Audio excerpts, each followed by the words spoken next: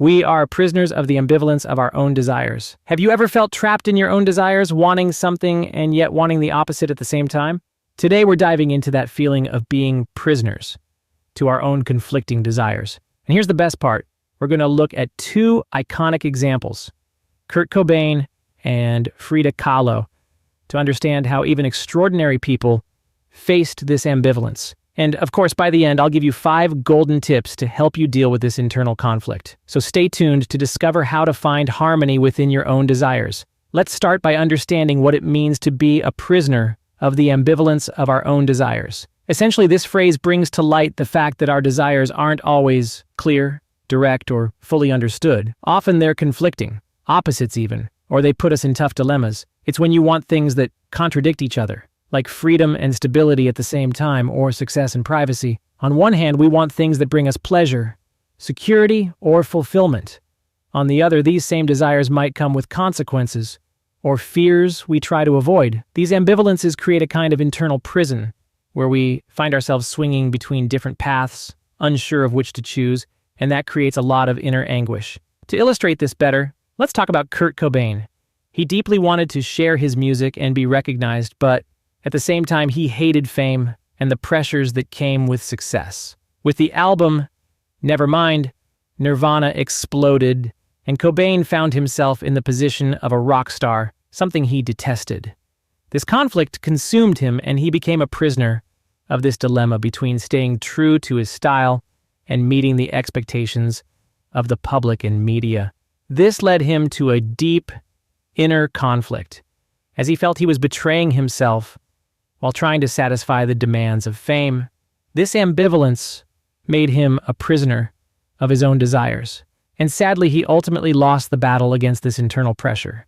Another example is Frida Kahlo, the iconic Mexican painter. She experienced ambivalence between love and independence. Kahlo was deeply in love with Diego Rivera, but was also intensely aware of her own need for freedom and self-expression. While Rivera was a source of inspiration and support, their relationship was marked by infidelities and turmoil that tested Kahlo's strength in sustaining her individuality and artistic authenticity. She wanted love and connection, but at the same time, she desired the freedom to be herself, a duality that's strongly present in her work and that stayed with her throughout her life. Now, you might be asking yourself, how can we deal with these opposing desires? If you feel trapped in the ambivalence of your own desires, here's a crucial tip.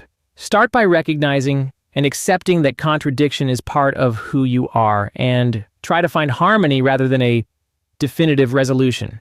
Instead of searching for an answer that eliminates the conflict between opposing desires, try to embrace both sides and recognize the value each brings to your life. And here are the 5 golden tips to help you achieve that goal. Tip 1. Practice self-understanding. Explore the roots of your desires and fears. Ask yourself, why does this desire exist? What does it represent for me? Often, understanding what's behind each desire helps us see that maybe we don't need to fully satisfy it.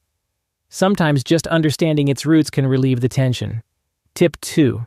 Treat choices as experiences, not final decisions. Instead of feeling stuck, choosing one thing or the other, try what you can.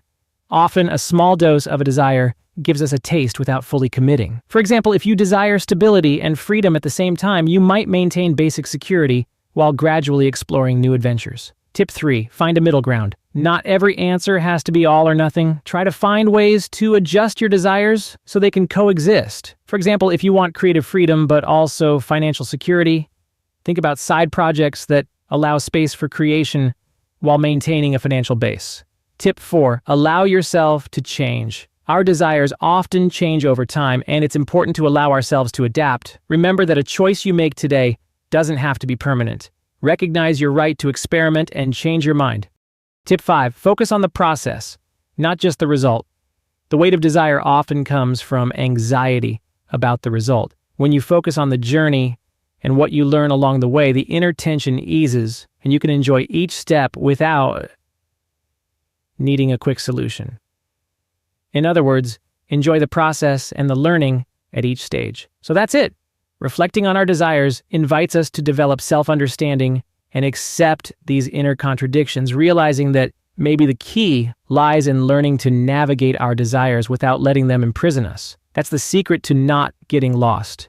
to not drowning in the ambivalence of our own desires. If you enjoyed this video and want more content like this, subscribe to the channel and hit the bell so you don't miss any videos.